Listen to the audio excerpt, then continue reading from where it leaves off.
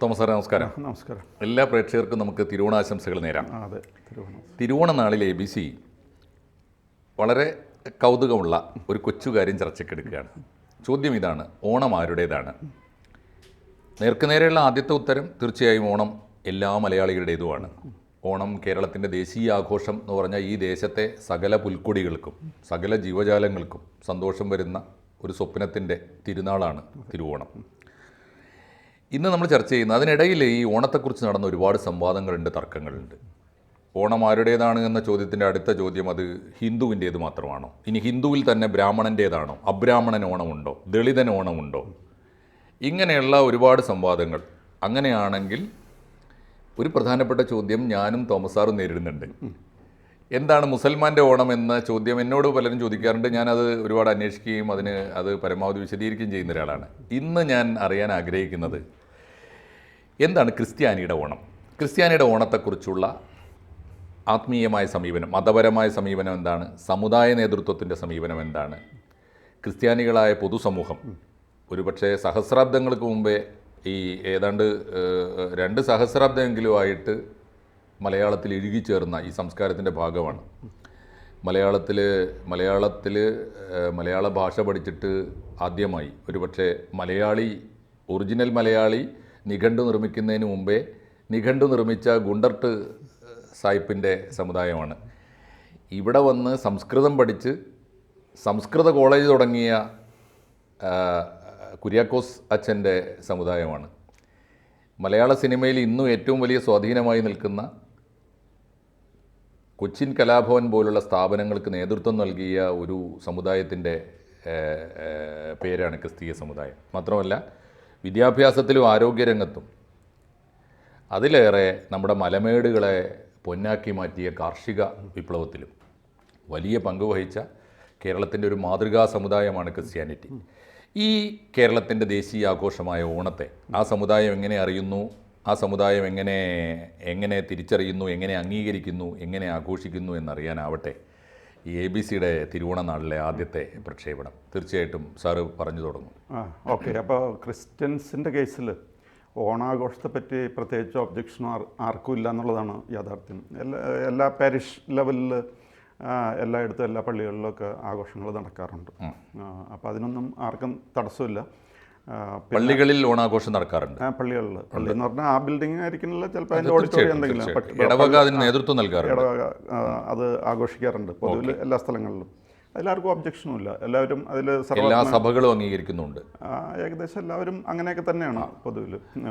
വിയോജിപ്പോ പ്രത്യക്ഷമായ എതിർപ്പോ ഉള്ള സഭകളുണ്ട്. നമുക്ക് എപ്പോഴും സഭകൾ എന്നുള്ള രീതിയിൽ അങ്ങനെ എതിർപ്പൊന്നും പ്രകടിപ്പിച്ചിട്ടില്ല. പക്ഷേ ഇപ്പോൾ ഈ എന്ത് ചടങ്ങ് നടന്നാലും രണ്ടഭിപ്രായത്തിന് സ്കോപ്പ് ഉണ്ടല്ലോ. അപ്പോൾ എല്ലാവരും ഇതിന് അനുകൂലമാണെങ്കിൽ പോലും ചിലപ്പോൾ ആരെങ്കിലുമൊക്കെ പേരിനൊന്ന് എന്തെങ്കിലുമൊക്കെ ഇത് വേണോ, പള്ളിയിൽ നമ്മുടെ വിശ്വാസത്തിന് ചേരുന്നാണോ എന്നൊക്കെ പറയണ ഒരു അഭിപ്രായം വളരെ ചുരുക്കമായിട്ടേ അതുള്ളൂ. അതെ, ഈ ചോദ്യം തന്നെയാണ് പ്രധാനപ്പെട്ടത്. ഇത് സംസ്കാരം വിശ്വാസമാണോ? അതെ. അപ്പോൾ അതിൽ ഈ സെറ്റ് മുണ്ടുകൊടുക്കലും പിന്നെ ഓണ സംബന്ധമായ മറ്റ് വടംവലി അതേപോലെയൊക്കെയുള്ള കാര്യങ്ങളുണ്ട്, പൂക്കളം, ഇതൊക്കെ ക്രിസ്ത്യൻസിനും വേണോ എന്ന് അത് വളരെ ഒരു മിനിസ്ക്യൂൾ മൈനോറിറ്റി ഉള്ളൂ. വളരെ ചുരുക്കം പേരിങ്ങനെ, അതിപ്പോൾ എന്ത് കാര്യത്തെ പറ്റി പറഞ്ഞാലും അങ്ങനെ ഒരു അഭിപ്രായം പറയാൻ 1-2 പേരുണ്ടോ, അത്രയേ ഉള്ളൂ. അല്ലെങ്കിൽ പള്ളികളൊന്നും ഇതിന് യാതൊരു എതിർപ്പും പ്രകടിപ്പിക്കാറില്ല. എല്ലാ പള്ളികളിലും അവരുടെ ഓഡിറ്റോറിയത്തിലോ പാരിഷ് ഹാളുണ്ട്, പള്ളിയല്ല, അതിനോട് ഓഡിറ്റോറിയം. അപ്പോൾ അവിടെ ഈ പൂക്കളം ഇടുകയും അതേപോലെ ഓണസദ്യ നടത്തുകയും പറ്റുകയാണെങ്കിൽ ഒരു ഡാൻസും നൃത്തമൊക്കെ അതൊക്കെ ചെയ്യും. അപ്പോൾ അത് ക്രിസ്ത്യൻസിനെ സംബന്ധിച്ചിടത്തോളം അവരുടെ തന്നെ ഒരു ആഘോഷം പോലെ അങ്ങനെ നടത്താറുണ്ട്. അതിൽ ആർക്കും എതിർപ്പൊന്നുമില്ല. പക്ഷെ ഞാനീ പറഞ്ഞ 1-2 പേരൊക്കെ ഇത് എന്തെങ്കിലും അഭിപ്രായം പറയാനായിട്ട് ഉണ്ടാവും. അപ്പോൾ അതുകൊണ്ട് എന്ത് പറ്റിയെന്ന് പറഞ്ഞു കഴിഞ്ഞാൽ ഇങ്ങനെ കുറേ നാളായിട്ട് ഇങ്ങനെയൊക്കെ ഓരോരുത്തർ പറയണോണ്ടെങ്കിൽ പിന്നെ അതങ്ങ് റൂൾ ഔട്ട് ചെയ്യാനായിട്ട് ഒരു ശ്രമം നടന്നു. അപ്പോൾ തൃശ്ശൂർ അതിരൂപതയുടെ അവരുടെ കത്തോലിക്ക സഭ എന്ന് പറഞ്ഞ ഒരു പ്രസിദ്ധീകരണമുണ്ട്. അതവരുടെ ഒഫീഷ്യൽ മൗത്ത് പീസ് പോലെയുള്ള മുഖപത്രമാണ് ഈ പറയുന്ന കത്തോലിക്ക സഭ. അപ്പോൾ കത്തോലിക്ക സഭയിൽ ഈയിടെ ഒരു ലേഖനം വന്നിട്ടുണ്ടായിരുന്നു. അതായത് ഈ ഓണാഘോഷവും ക്രിസ്ത്യാനികളും എന്നുള്ള രീതിയിൽ ഒരു കത്തോലിക്ക സഭ എന്ന് പറയുന്ന പ്രസിദ്ധീകരണത്തിന്റെ പേരാണോ? കത്തോലിക്ക സഭ മുഖപത്രമാണ്. മുഖപത്രം. അത് തൃശ്ശൂർ രൂപതയുടെ മാത്രമാണോ? സോറി, തൃശ്ശൂർ അതിരൂപതയുടെ. അപ്പോൾ അതിൽ ഇപ്പോൾ പുതിയതായിട്ട് ഉള്ള ചില തീരുമാനങ്ങൾ അതിൽ ചേർത്തിട്ടുണ്ട്. അപ്പോൾ അത് ഇതിനെപ്പറ്റി ഇങ്ങനെ ഈ തർക്കം ചിലരൊക്കെ, ചുരുക്കം ചിലരേ ഉള്ളൂ, ആരെങ്കിലും ഒരാൾ പറഞ്ഞാലോ അതൊരു പ്രശ്നമാണല്ലോ. അപ്പോൾ അതുകൊണ്ട് അവിടെ തൃശ്ശൂർ ആർച്ച് ഡയസിസിൻ്റെ അവിടുത്തെ ഓക്സിലറി ബിഷപ്പുണ്ട്, ഡോക്ടർ ടോണി നീലങ്കാവിൽ എന്ന് പറയുന്ന പിതാവാണ്. ടോണി നീലങ്കാവിൽ അദ്ദേഹമാണ് ഈ അവിടുത്തെ ഓക്സിലറി ബിഷപ്പാണ് ഈ തൃശ്ശൂർ ആർച്ച് ഡയസിസിൻ്റെ. അപ്പോൾ അദ്ദേഹത്തിൻ്റെ നേതൃത്വത്തിൽ ഒരു ഡോക്ടറിനൽ കമ്മിറ്റി ഉണ്ട്. He is the chairman of the doctrinal committee. പിന്നെ ഡോക്ടറിനൽ സെക്രട്ടറി എന്ന് പറഞ്ഞിട്ട് റവറൻഡ് ഫാദർ സെബാസ്റ്റ്യൻ ചക്കാലക്കലുണ്ട്.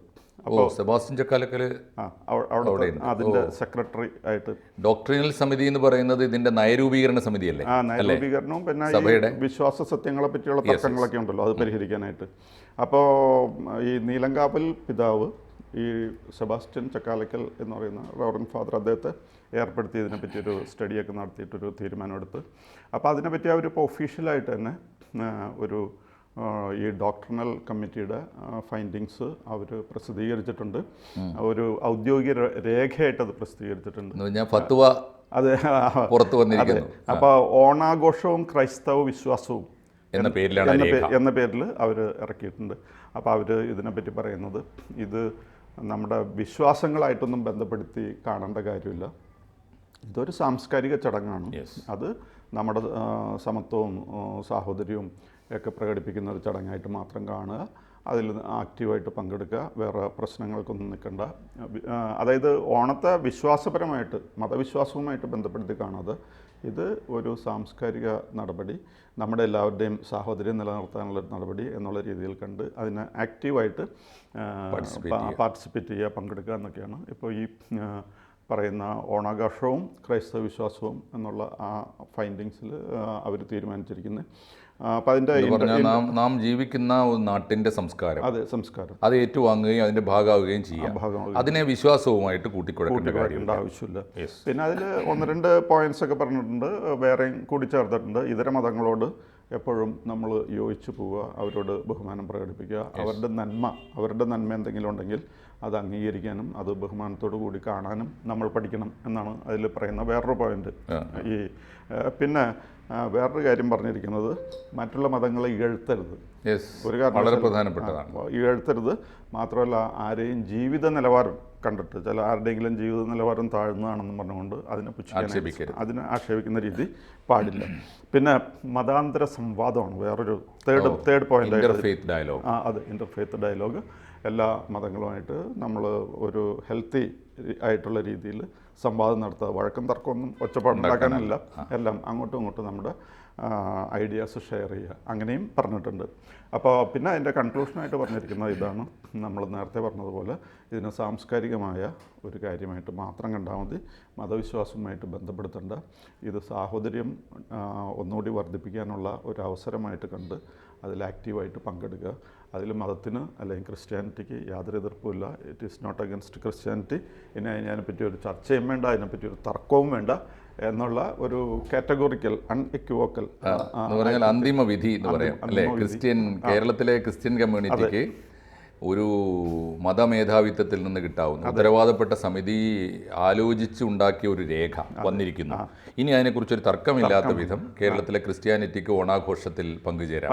എന്താണെന്ന് വെച്ച് കഴിഞ്ഞാൽ രണ്ടഭിപ്രായം എപ്പോഴും ഉണ്ടല്ലോ. ഇത് 10-100 പേരുള്ളതിൽ 99 പേര് സമ്മതിച്ചാലും ചിലപ്പോൾ ഒരാൾ മാറിയുന്നു, ഇത് നമുക്ക് വേണമെന്ന് ചോദിക്കുന്ന ആരെങ്കിലും എല്ലായിടത്തും ഉണ്ടാവും. അതെ, അതെല്ലായിടത്തും ഉണ്ടാവും. അപ്പോൾ അവർക്ക് അതിനൊരു അവസരം കൊടുക്കണ്ട എന്ന് വിചാരിച്ചിട്ടായിരിക്കാം ഇതിനെപ്പറ്റി ഫൈനലായിട്ടുള്ള ഇനി ചർച്ചയില്ല, ഇതിനെപ്പറ്റി ഒരു ഫൈനൽ റൂളിംഗ്, ഒരു തീർപ്പ് കൽപ്പിച്ചിരിക്കുകയാണ്. അതെ, ഇത് തീർച്ചയായിട്ടും ഇതൊരു മാതൃകാപരമായ തീരുമാനമാണെന്ന് എനിക്ക് തോന്നുന്നു. ക്രിസ്ത്യാനിറ്റി എടുത്തിരിക്കുന്ന ക്രിസ്ത്യൻ സഭകൾ എടുത്തിരിക്കുന്ന ഈ തീരുമാനം, കത്തോലിക്ക സഭയാണല്ലോ അല്ലേ? ഇപ്പോൾ ഈ കത്തോലിക്ക സഭ ലോകത്തിലെ ക്രിസ്ത്യാനികളുടെ ഏറ്റവും വലിയ സഭ, അവരുടെ കേരളത്തിലെ ഉത്തരവാദപ്പെട്ട സമിതി എടുത്തിരിക്കുന്ന, ഉത്തരവാദപ്പെട്ട ബോഡി എടുത്തിരിക്കുന്ന ഈ തീരുമാനം എനിക്ക് തോന്നുന്നു മുസ്ലിങ്ങൾ ഉൾപ്പെടെ എല്ലാവർക്കും മാതൃകയാക്കേണ്ടതാണ്. ഒന്നാമത്തെ തീരുമാനം വളരെ എല്ലാവർക്കും അംഗീകരിക്കാവുന്നതാണ്. ഒന്ന്, ഈ ഒരു നാടിൻ്റെ സംസ്കാരത്തെ, എവിടെയാണോ നമ്മൾ ജീവിക്കുന്നത്, വ്യത്യസ്തമായ വിശ്വാസവും ആചാരവും പാലിച്ചുകൊണ്ട് ജീവിക്കുന്നവരാവട്ടെ, പക്ഷേ ജീവിക്കുന്നത് ഈ മണ്ണിലാണ്. ഈ മണ്ണിൻ്റെ സംസ്കാരത്തെ തങ്ങളുടെ വ്യതിരിക്തമായ വിശ്വാസവുമായി കൂട്ടിക്കുഴക്കേണ്ട ഒരു കാര്യമില്ല.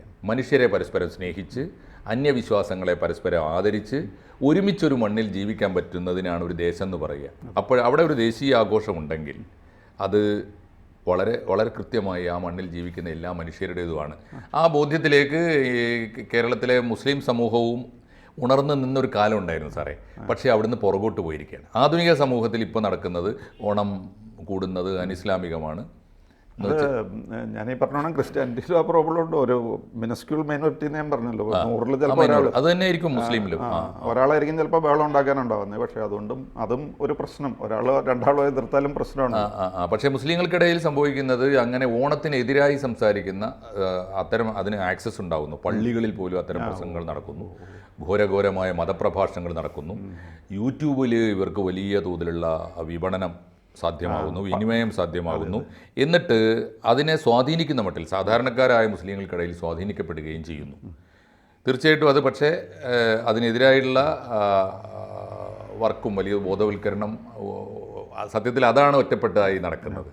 അതാണ് മൈനോറിറ്റി ആയി പോകുന്നത്. അതിപ്പോൾ മോസ്കിലായാലും ചർച്ചിലായാലും പണ്ടെന്തെങ്കിലുമൊക്കെ പറഞ്ഞാൽ കുഴപ്പമില്ലായിരുന്നു. ഇപ്പം അതല്ല.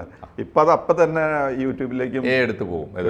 പിന്നെ അത് എല്ലാവരും അറിയാണ്. അപ്പം അതുകൊണ്ട് എല്ലാവരും യോജിച്ചു പോകുന്നതാണ് നമുക്കെല്ലാവർക്കും നല്ലതെന്നുള്ളൊരു. അതിനാണല്ലോ ഓണം സാറേ. സത്യം പറഞ്ഞാൽ ഓണം എങ്ങനെ ഉണ്ടാവട്ടെ, ഏത് വിശ്വാസത്തിൽ നിന്നോ ഏത് മിത്തിൽ നിന്നോ ഉണ്ടാവട്ടെ, അത് ഏത് മതവിഭാഗത്തിൻ്റെ പക്ഷത്ത് നിന്ന് വന്ന ഒരു സംസ്കാരമാകട്ടെ, അതിൻ്റെ പ്രയോജനം ആലോചിച്ച് നോക്കൂ. ഒരു മഹത്തായ സ്വപ്നം, എല്ലാ മനുഷ്യരും ഒന്നായിത്തീരുന്ന, എല്ലാ മനുഷ്യരും ഒരുപോലെ ജീവിക്കുന്ന, എല്ലാവർക്കും സുഖവും ക്ഷേമവും വരുന്ന ഒരു സ്വപ്നം കാണാനെങ്കിലുള്ള അവസരം ഉണ്ടല്ലോ. ആ സ്വപ്നത്തെയെങ്കിലും താലോലിക്കാൻ സാധിക്കുന്ന ഒരു മനോഹരമായ ആഘോഷത്തെ ദയവായി മതപരമായ വിഭാഗീയത കൊണ്ട് തള്ളിപ്പറയരുതേ എന്നാണ് ഈ തൃശ്ശൂർ അതിരൂപതയുടെ ഈ ഡിക്രിയെ മുൻനിർത്തി ഇന്ന് നമുക്ക് പ്രേക്ഷകരോട് പറയാൻ തോന്നുന്നത്. ഇതെല്ലാവർക്കും ഒരു പാഠമാകട്ടെ, മാതൃകയാകട്ടെ. ഞാൻ സാറിനോട് പൂർണ്ണമായി യോജിക്കുന്നു ഈ കാര്യത്തിൽ. നന്ദി സർ, നന്ദി, നമസ്കാരം.